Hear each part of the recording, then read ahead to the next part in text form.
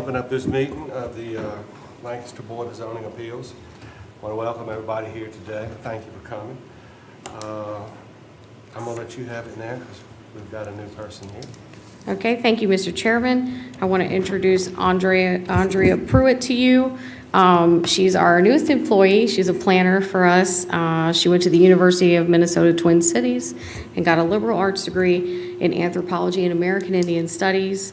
She joined AmeriCorps after undergrad and worked for Habitat for Humanity in North Carolina. She has a master's from VCU in urban planning. And Mrs. Pruitt has worked in the area for over 20 years and has extensive deeds and records research experience through her work as a paralegal and title agent. She originally hails from Wisconsin and has been in Virginia for 23 years. So we're very excited to have her with us. And she's the one who prepared your packets. So you can see her attention to detail is high. Thank you and welcome. Thank you. Glad to have you. All right, before we get started, the approval of the minutes, did everybody get their packages and have a chance to look at it? Yes. Go over it? Any corrections, additions, anything? I wasn't here about last week. Okay. I don't know if I can vote on All right, yeah. Anything? it. No. Motion to approve the minutes? Approved minutes, yes. All in favor? Aye. All right. We got that one done. We have one public hearing, and before I get you to say something, or ask you, one of y'all to say something, is it Gardner? Gardner, yes. You Miss Gardner? Yes. Just so you'll know, there are three of us up here, as you can see. You need three people to push your motion forward. There's supposed to be five. I don't know where the other two are. So before we get started, I will give you the option of doing it now with the three of us, or you can wait and we can have five people on the board.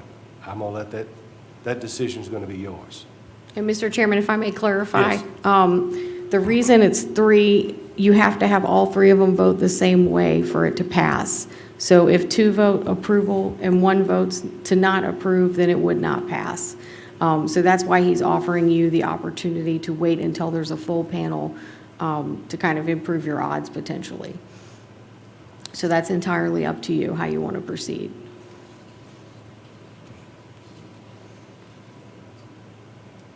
Okay, we'll defer, we'll wait. Okay. Wanna wait? Okay, I'm sorry it worked out that way. I don't know what to tell you, but we'll just wait, and I guess you'll reschedule it.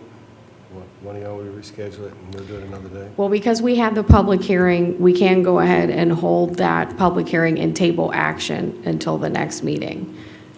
So that way the county doesn't have to re-advertise. Okay, so you want to go ahead and have the public hearing, let them Yeah, speak? so I Okay. think we just go ahead and present it, have the public hearing, and then we'll table any action until a future meeting when we have a full panel. Okay. You understand what we're going to do then? Okay. All right, I'll Okay. let you open up with what you've got. Thank you, sir. We have for you today a variance requested from Part 1 zoning ordinance, Article 5-5, yard regulations of the Lancaster County, Virginia Land Development Code in order to construct additions to the existing main structure located at 492 Wharton Grove Lane off of Virginia State Highway 222, which of course is Weems Road in District 5. With a 12.25-foot encroachment into the south side yard, making the south side yard 12.75 feet, and a 12.06-foot encroachment into the north side setback, making the north side yard 12.9 feet. Brian Ralph Gardner and Victoria Lane Gardner request this variance for the side yards.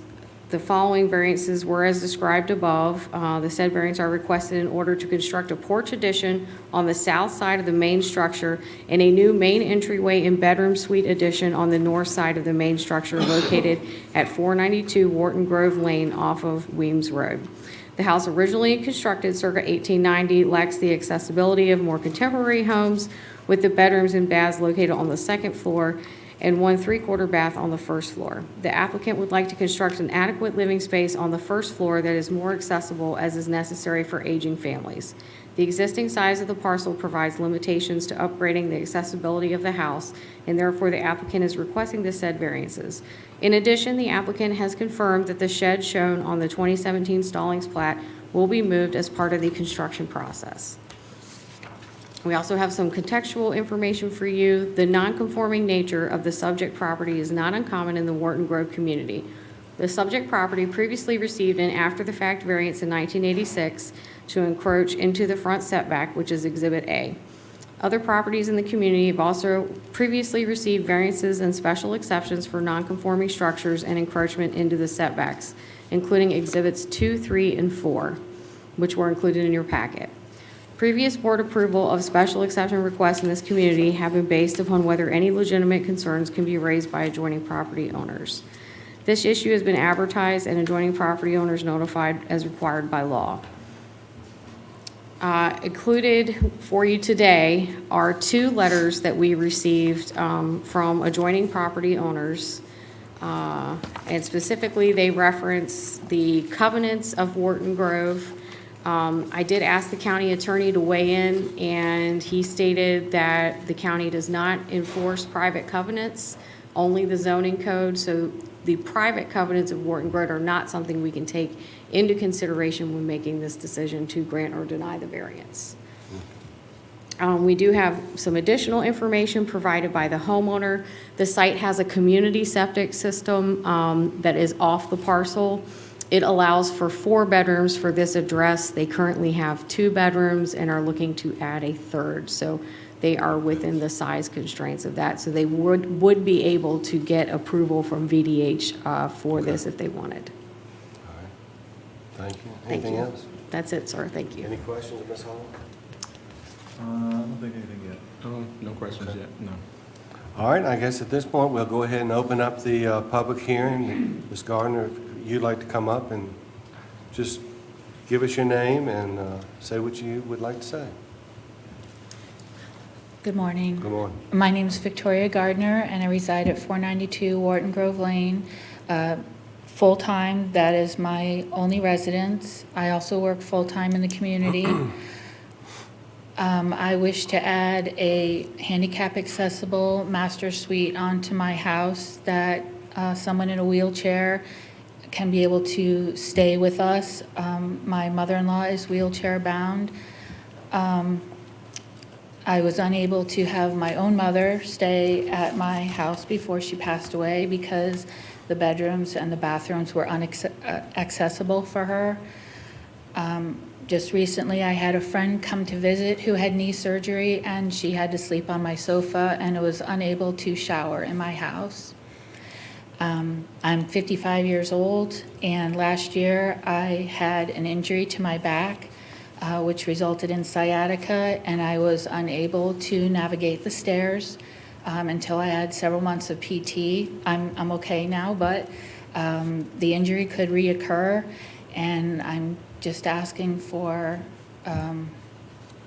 this variance to put a first floor master bedroom and bathroom, and an entryway that's easily accessible for people with disabilities. Okay. Anything else? No, Any I don't think questions? so. Do you have any? No questions. Okay. All right, Thank thank you. Does anybody else have anything they'd like to say? Come on up. Again, just say your name and so we know.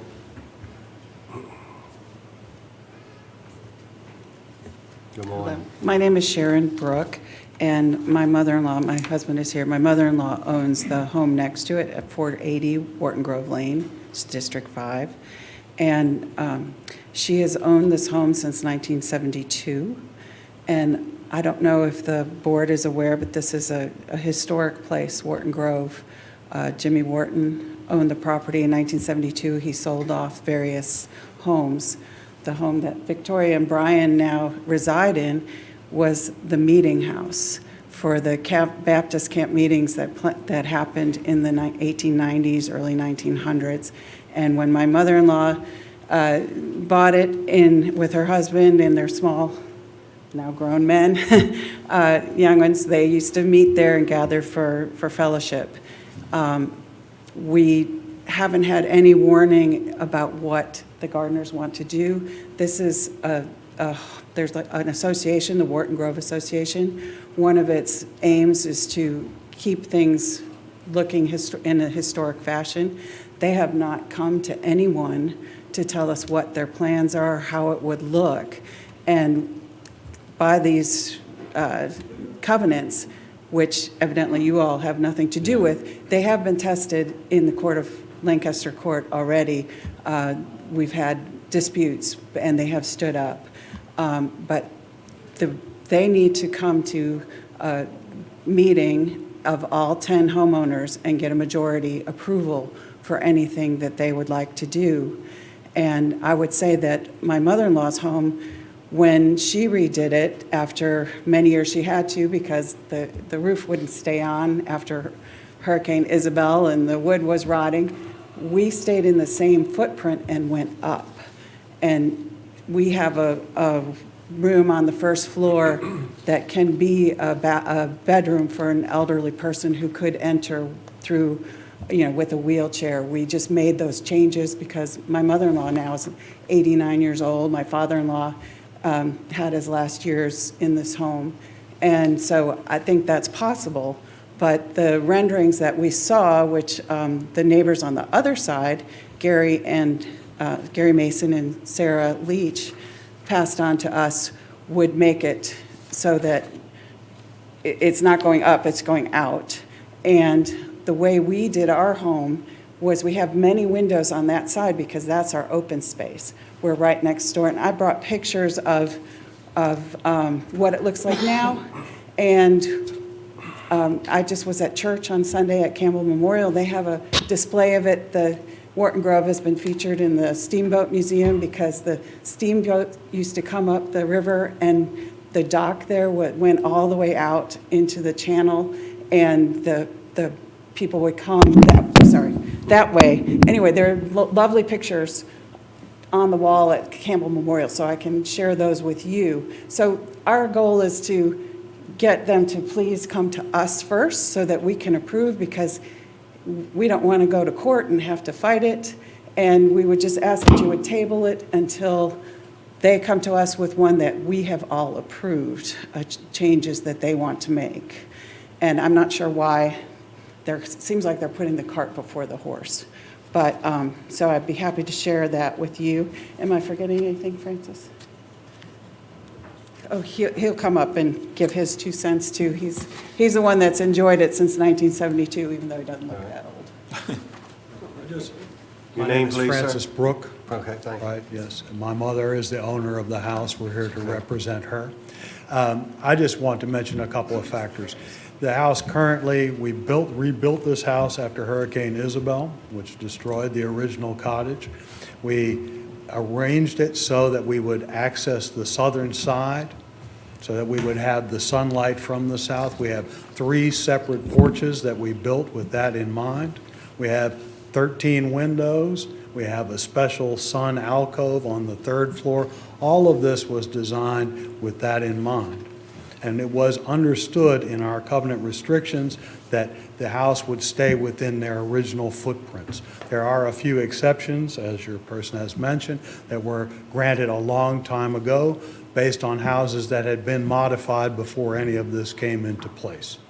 So what this would do would substantially reduce our southern exposure to the point we would have almost no light during the day at all from the southern side.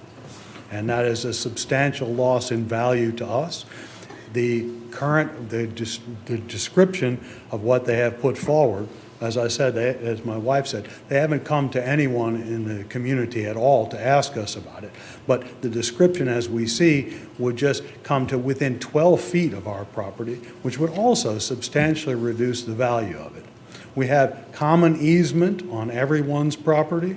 We have no fences. Everyone is allowed to travel and use every part of the property that we all own in common. We have a common road. We have a common pier. I've had to build the pier 3 times myself, as you can imagine. Yeah, several times I've had, the second time I built it entirely myself. It's 100 yards long. Was no joke. The road is also commonly maintained. So are our water lines, so are our power lines. None of this is designed to accept a new large permanent residence. So for us, this would be a substantial hardship. And we also, as my wife mentioned, we have had certain disputes with other owners in the past, and we have had to go to Lancaster County Court. We've been in the court and we have prevailed. The covenant restrictions have prevailed because of the historical nature of the property. We even had the judge come out onto the property, inspect it to see what was the story, and agreed that we had done it in this fashion. So we would rather that this would be resolved within our community amongst ourselves first before any variances were granted. Thank you all. Thank you. Anybody else you'd like to speak? Just state your name. My name is Ryan Gordon. I'm a building contractor here in Lancaster County, have been since the late 90s. The Gardners enlisted our company to provide estimates for this project. When I met with Victoria and Brian, it was pretty evident real quick that there was obviously going to be a property line issue with what they needed. When they originally approached me, it was for the very reasons they're trying to build this addition, the lack of an accessible bathroom, or at least a full bath, and a bedroom on the first floor. So we looked at the house, we looked at every opportunity or possibility to do something with the first floor space. They have a kitchen and dining room essentially on one side with a very small living room on the back side. So there was no room, no real possibility of adding that space within the existing first floor footprint. Not to mention, we went under the house, the plumbing for a bathroom is hardly accessible as it is. And on that end of the house, that is the living room, there is no accessibility to get to the plumbing. It's literally about 6 inches. So at that point, we looked at the addition. I know it was mentioned a few minutes ago about going up. First of all, it's a 2-story house as it is. And we've looked at footings and foundations on this house for various reasons. In no way, shape, or form is a footing or foundation that's been there as long as that has and was designed the way it is going to support a 3-story house. Second of all, it doesn't solve the issue. Still put space upstairs, not downstairs. It is a 1-story addition that's being requested onto a 2-story house, so the exposure shouldn't be affected for the neighbors in any capacity on that. But I did feel it was important to let you know that we did exhaust the option of putting a first floor bedroom space in the existing footprint, and there is no possible way to do it. Not only is it not possible, there's no access to it because you would have to go into their bedroom to get to the rest of their house. So I just wanted to make that clear. All right, thank you very much. Yes, sir. Does anybody else have anything they want to speak to? Yes, ma'am? Yes, ma'am? You can come back up. I just wanted to let you know that there are no architectural renderings at this time. I did not hire an architect until I got the variance because it, you know, Yeah. and Sue Jones advised me that all you needed was a plat. The renderings that I think that might be circulating were just drawings my husband did for me. Okay. But there are no official architectural renderings at this time. All right. We have an idea that it'll just be a first floor. Okay. Thank you. Anybody else have anything to say? Glenn, is there anybody over there? I have one person on the line, but they have not raised their hand. Okay. All right, so nobody else has anything to say? Do you have any questions? I do have a question, and this may be for Olivia. In the packet, it says that the owners have received approval emails from adjacent property owners and from the Community's Architectural Review Committee, and these emails are included in the packet. Can you show me where those are?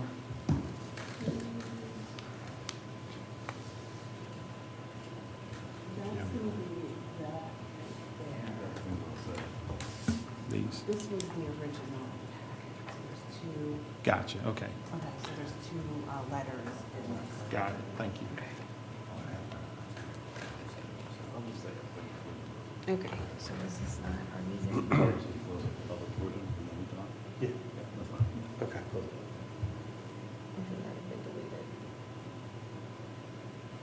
Oh, that, Yeah. yeah, that should be Okay. So that last paragraph was left in as an error, so they do Okay. not have approval emails from the adjacent property owners. Okay, Or from the Architectural Review Committee, so strike that okay, and do not consider that information. So what we do have are two letters opposing from adjacent property owners. right, okay, Okay?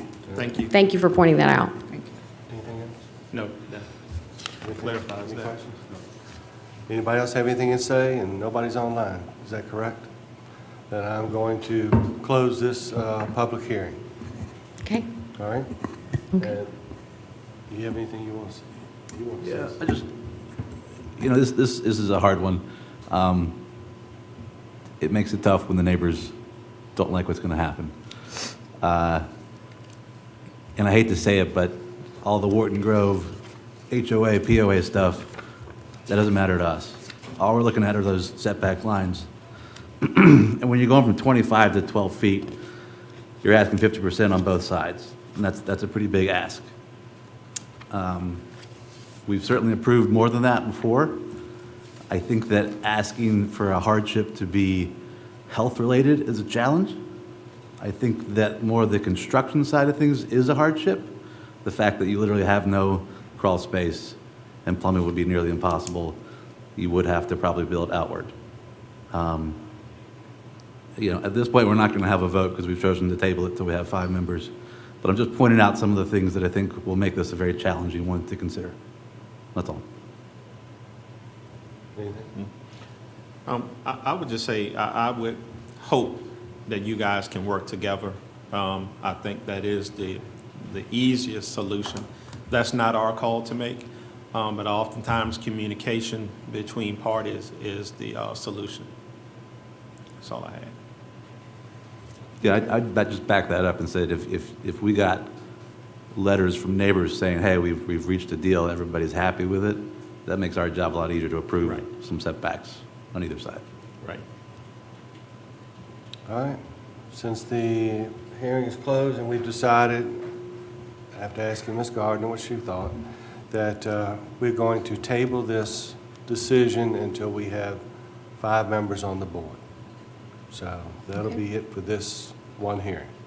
Thank you all for coming. You can welcome to stay. We're almost finished, but you're welcome to stay if you want, or you can leave.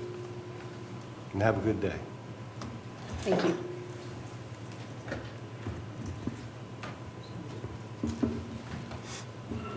Anything else? Yes, ma'am. What? Okay, thank Yeah, you. that's- You want you're to right. take a vote to table it? Yeah, we'll make a motion to, I make a motion to table. all right, all in favor? Aye. All right, thank you. Crystal.